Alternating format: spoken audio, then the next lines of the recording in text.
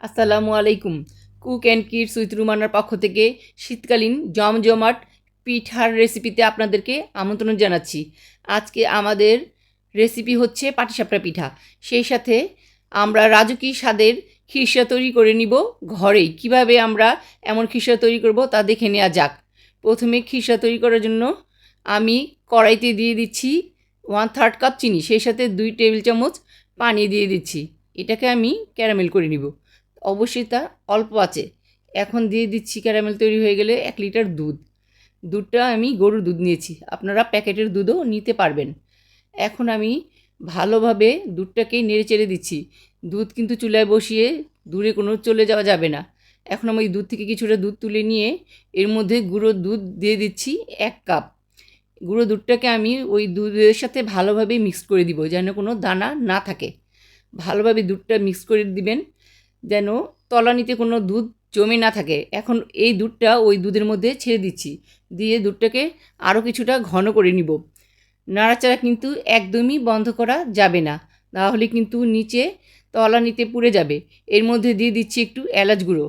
এলাচ গুঁড়োটা দিলে খিরসের মধ্যে থেকে একটা সুঘ্রাণ বের হবে। আমি 2 টেবিল চামচ পোলার চালের গুঁড়ো অল্প একটু পানি দিয়ে গুলিয়ে নিচ্ছি। এই ভালোভাবে মিশ্রণটা তৈরি করে নিচ্ছি, যেন কোনো দলা না থাকে।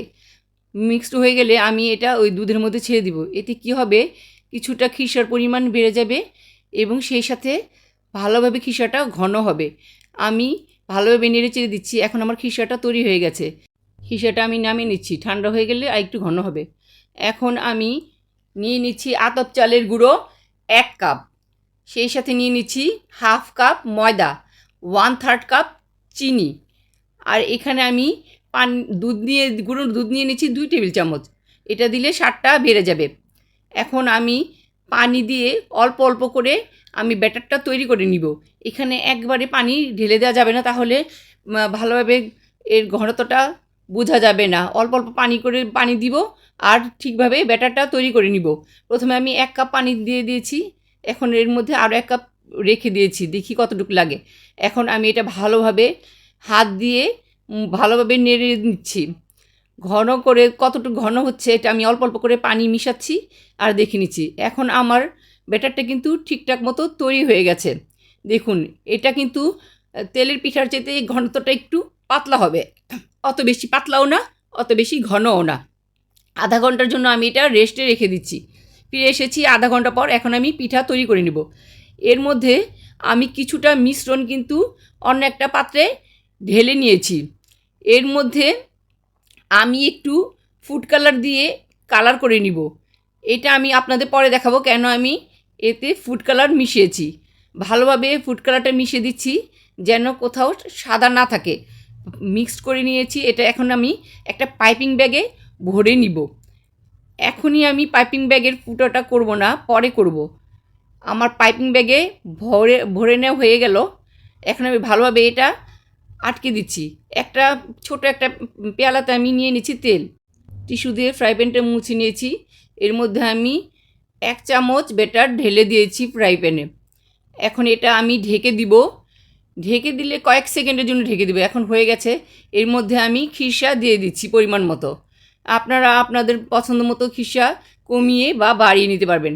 এখন আমি এটা আলতো হাতে ভালোভাবে মুড়িয়ে নিচ্ছি। দেখুন কিভাবে আমি ভালোভাবে এটা বাইন্ডিং করে নিচ্ছি।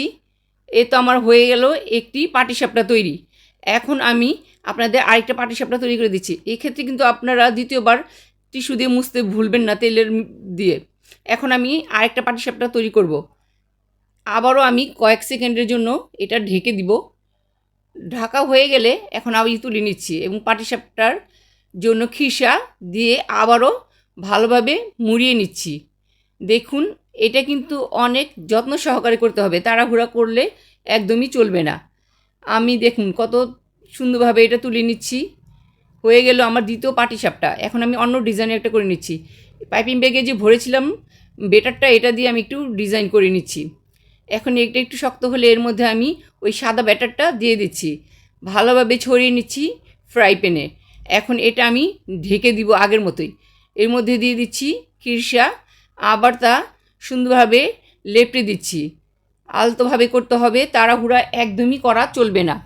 দেখুন সুন্দরভাবে কিন্তু আমার হয়ে গেল একটা ডিজাইন করা পাটিসাপটা। দেখতে কতটাই সুন্দর এবং লোভনীয় লাগছে। আপনারা এভাবে সুন্দরভাবে বানিয়ে নিতে পারবেন। আমি সবগুলো পিঠা বানিয়ে নিয়েছি। দেখুন কি সুন্দর মজাদার 2 রকমের ডিজাইনের আমি পাটিসাপটা তৈরি করে নিলাম।